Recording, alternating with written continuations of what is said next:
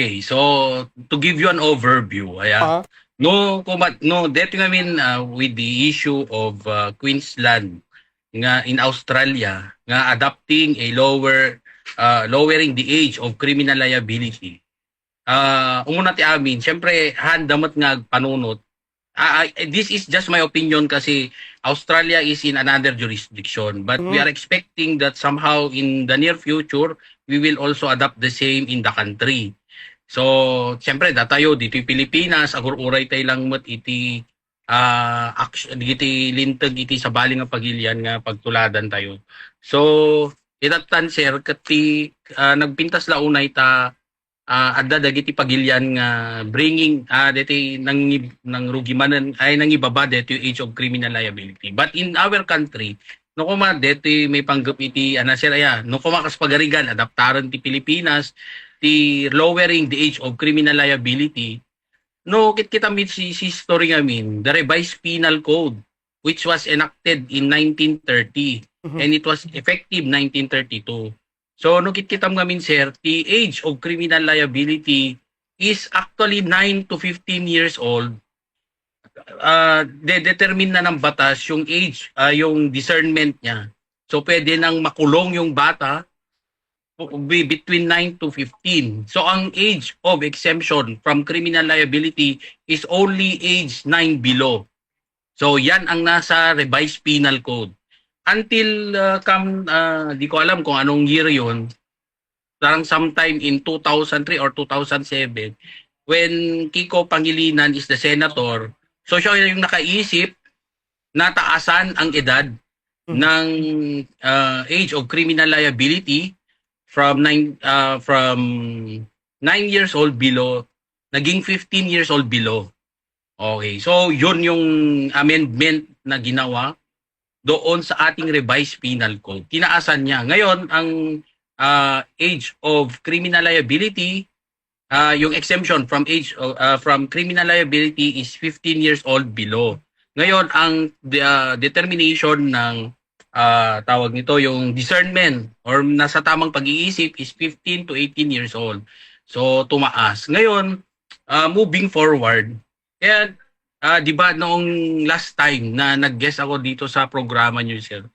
Meron nga akong natanggap na comment doon na sabi niya ano daw yung mga iisip ko ganyan. So although that is a legislative in nature na dapat it will originate from Congress yung initiative kasi silang gumagawa ng batas. But yung point natin dito, we are just giving them insights. Kasi unang-una, kung titingnan mo kasi doon sa Queensland, kaya sila nagkaroon ng ganong decision na ibaba yung age of criminal liability because there are a lot of children involved in criminal liability. So, marami yun. So, in the Philippines, in our case, marami yun. And also, it happens in the school. So, ngayon, sabi ko, dapat kasi, okay, so ako eto, this is just my opinion. Dapat kasi, tama lang din na ibaba yung age of criminal liability. Kasi unang-una, yung mga bata ngayon, they are more exposed to social media. So marami na silang alam tungkol sa mga bagay-bagay. They know already what they are doing. Diba sir? Alam na nila. Mas lalo silang may kaalaman. Unlike before, na they are reliant into the books that they have read. Ngayon hindi. They have already been exposed to a lot of cellphone lagi ang hawak nila. So ngayon, the more that we should be imposing discipline to these children, ay hindi naman natin ibig sabihin na kung binabaan natin ang age of criminal liability, kukulong mo sila. Kasi kung wala naman silang kasalanan sa batas, bakit mo pananagutin, di ba ma'am? Ay, di ba sir? Diba? Yun yung punto hindi naman yung directly na intended to punish these children. Kasi as young as they are, like for example, yung 9 years old, they know already what are inherently evil. Ano yung talagang hindi tamang gawin sa kapwa, di ba? Yung halimbawa, manakit sa kapwa. So alam na nila yun. So if you, the simple act of for example, pinalo mo yung isang bata. So, definitely, yung pag pinalo mo yung isang bata, di ba, iyak yan. So, they feel harm. So, with that act, alam na nila na hindi tama yung pagpalo, lalo na kung ito ay walang punto, walang dahilan. Ngayon, ang punto naman natin na we tell them only na yung ginagawa rin nila na pananakit sa kapwa regardless of their age. Na yun nga yung sinasabi natin na yung 9 to 15, meron na yang alam yung bata. So, alam na yung halimbawa kung sinaktan mo yan, alam niyang nasaktan siya, may na-violate na right yung bata. Ngayon, kung siya naman ang nag-violate, dapat alam niya rin dapat na meron na rin siyang pananagutan sa batas. Yun yung point natin. So, lowering the age would not would would help us discipline our children. Yun lang naman yung point natin. And ako naman sir, we make it clear na under our law, eto gusto ko lang liwanagin. I actually proposing na sana we will be given that chance na i-orient natin sa mga schools na when you talk about criminal liability, ay pag-usapan natin ang mga bata, it is not purely exempted from any liability under the law upon commission of a crime. Ang mindset kasi ng mga bata, wala tayong kasalanan. Hindi totoo yun. Because when you talk about criminal liability, under the Juvenile Justice and Welfare Act, and even in the Revised Penal Code, sabi sa Revised Penal Code, every person criminally liable is civilly liable. So kung may krimen, dalawang liabilities ang meron dyan. Criminal and civil. Okay, sabihin natin na yung isang bata na age 15 years old below is not criminally liable. So ngayon, ang tanong natin, diba sabi ko nga, criminally liable and civilly liable when there is a crime. So nawala yung criminal liability niya, pero ang naiwan doon is civil liability. So ang civil liability, mananagot siya sa batas, bayaran niya ang danyos niya, bayaran niya yung mga magkakaroon siya ng fines yung bata na yon. So ngayon, ang tanong din ng karamihan, paano naman magbabayad ang bata? Siyempre, hindi yung bata yung directly na magbabayad. It would be the parents. And you can file a case against the parents for failure. Okay, to discipline their child. Kasi nga, doon sa ating civil code, particularly Article 2180, parents are liable for the damages caused by their minor children.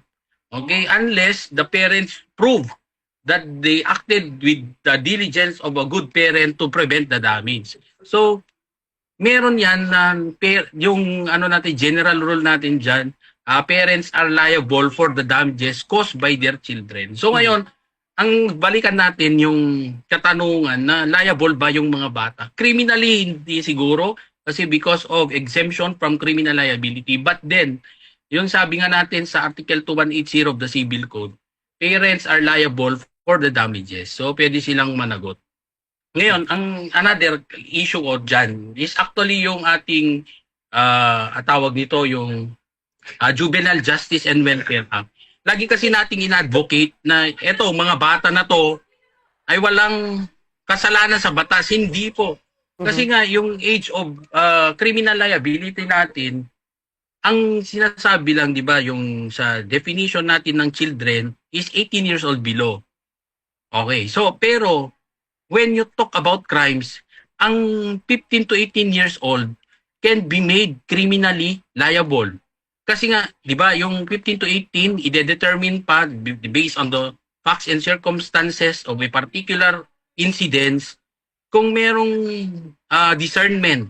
Ang discernment kasi is kung meron siyang tinatawag na alam niya nang mag-determine ng right or wrong. Okay, yun ang meaning ng discernment. So ngayon, bigyan ko na lang ng example. Halimbawa, in a rape case. So, syempre prevalent yan. Expose sila sa mga kung ano-anong mga sites na nakaka-trigger sa mga bata na gawin yung isang sexual activity. So, ngayon, meron kang mga cases of rape. Ngayon, ang isang example dyan would be, syempre, pag ginapos ng isang bata, yung isang kapwa niya bata, para gawin ang karumal-dumal na panggagahasan. So ngayon, he is between 15 to 18 years old. So sabihin natin, would that constitute discernment? The answer is yes. Kasi bakit mo igagapot yung isang bata? So that is just an example. Halimbawa ng discernment. So, considering na yung 15 to 18, exposed na yan sa social media. So, malamang at meron na siyang talagang discernment dyan. But then again, okay, so provided na merong discernment.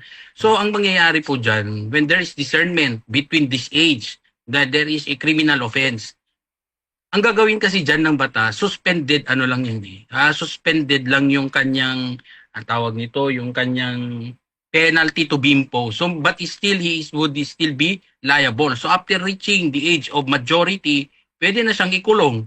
Okay, so another thing also is that, halimbawa, he did not act with discernment. So, napatunayan na hindi siya, walang discernment sa kanyang action. Ngayon, ang ano natin dyan, okay, so it's not totally walang kasalanan ang yung bata. Magkaka-record yan. Okay, magkaka-record yan kasi nga that child would of course be halimbawa na-exempt na siya because without discernment nga yung kanyang kaso. And also, doon nga sa sa ating Juvenile Justice and Welfare Act, nandun yung kanyang ayun ang sabihin natin na exempted siya from criminal liability pero mag-a-undergo pa rin yung bata ng intervention program through the PNP and DSWD. So, kung ikaw yung bata, may istorbo ka dyan. Okay, may istorbo yung pag-aaral mo and that might also be a ground for possible expulsion from school. Pwede kang dyan sa eskwelahan. So, you will be disturbed. Sabihin lang natin, clarify natin kasi nga umiinit din ang ulo natin dahil dyan kasi parang tayo, ang iniisip nila is we do not care about children. No, hindi naman yon. We are just trying to explain what is under our laws. Hindi po totally na yung isang bata, clear na natin na hindi siya not in a way liable for that particular crime. So, hindi po totoo yun. So, imagine mo yung isang bata mag-undergo yan. Halimbawa, yung isang bata din is 9 years old below. 12 years old below under the PNP manual. Okay, doon sa PNP manual on handling juvenile delinquents under the law, yung mga children at risk, i-register yan sa incident record ng PNP. Lalagay yan sa pink blatter na magkakaroon dapat ng intervention doon sa bata. So, it's very, yung mga parents, you should know this or sa mga bata, ituro din natin para they should avoid, okay, in causing harm to their fellow children. Yun lang naman yun, sir. Okay na. Yun nga, Atty. Ado tigas tayo. Ado digiti gapot na 18 years old, minor, hanga mabalod, but tengo namon nga digiti 18 to 15 years old na digit-digit na kasla kumayiti may panitibay pag-asa. But iti biyang ti Queensland, attorney, digiti 10 years old, no makumbiktaran digitoy, mabalin nga, may pisog digiti pagbaludan. So, para kada kayo, attorney, kas may sa abogado, dito pagilian nga Pilipinas, pabor kayo, dito nagbalin nga justice system, iti Queensland, attorney? Yes, sir. Kasi, yun nga yung, di ba, way back when that provision of the revised penal code on age of criminal liability, yun nga yung sabi ko na noon, di ba yung age of exemption from criminal liability is 9 years old below. So mas malala pa nga sa atin sa revised penal code, 9 years old below. Sa Queensland, yung natin is 10 years old. So dito sa Pilipinas, bago ba sa atin kung sakaling ibalik yung age or we will adopt the same yung ginawa ng Queensland? The answer is no, kasi nga dito nga sa Pilipinas under the revised penal code, yun nga mas mababa pa nga yung exemption from criminal liability, 9 years old below.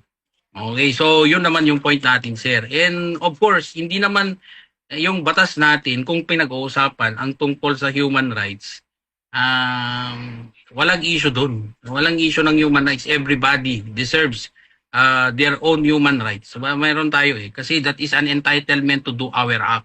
So dapat hindi dapat pinipigilan ang ginagawa ng mga tayo lahat, hindi lang batang may human rights. Tayong lahat may human rights yan. Okay, so as long as the act that we are doing is in accordance with the law, walang problema dyan, sir.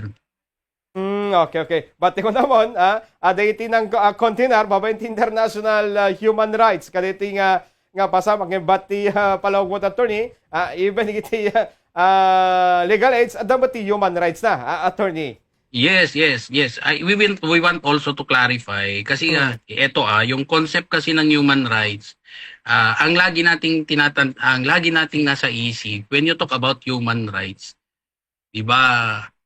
Ito nilawagan ang konsepto kasi ng human rights is any form of violation towards others, towards violation of the rights of other people. So that is the international na definition of human rights. Dito sa Philippines naman, when you talk about human rights, these are actually acts in violation of others' rights of those people representing the state. So yun kasi ang nandun sa ating constitution. But then again, eto lang kaibahan kasi, when you talk about human rights, yun nga yung konsepto ng international at Philippines. Dito sa Philippines kasi, yun nga, naka-exclusive siya doon sa definition na it is rights in violation of the law committed by someone representing the state. So, sino bang nagre-represent ng state? Law enforcers, public officials, employees. Ngayon, ang ano ko naman dyan is that ang human rights kasi constitutional eh. Constitutional yung basis, nasa Bill of Rights natin yan. But then again, hindi siya yung as enforceable as other laws, yung mga provisions ng ating constitution kasi it requires enabling law. But then again, yung punto natin dyan, kung halimbawa may nangyaring krimen, so kung yan ay that was done by someone representing the state, which is law enforcers, public officials and employees, pumapasok ang human rights. Ngayon, kasi nga, yun nga yung kanilang mandato sa ating konstitusyon. But then again, it does not mean na tawag nito. Ang sagot naman natin dyan, kung wala naman pong abuses, ang ating mga, kasi kung if the act that was done is in accordance with law, halimbawa, mayroong krimen, tama naman ang ginawang proseso ng ating mga law enforcers or public officials, employees, walang issue dyan. Ang binabanggit lang na human rights violation if there are abuses.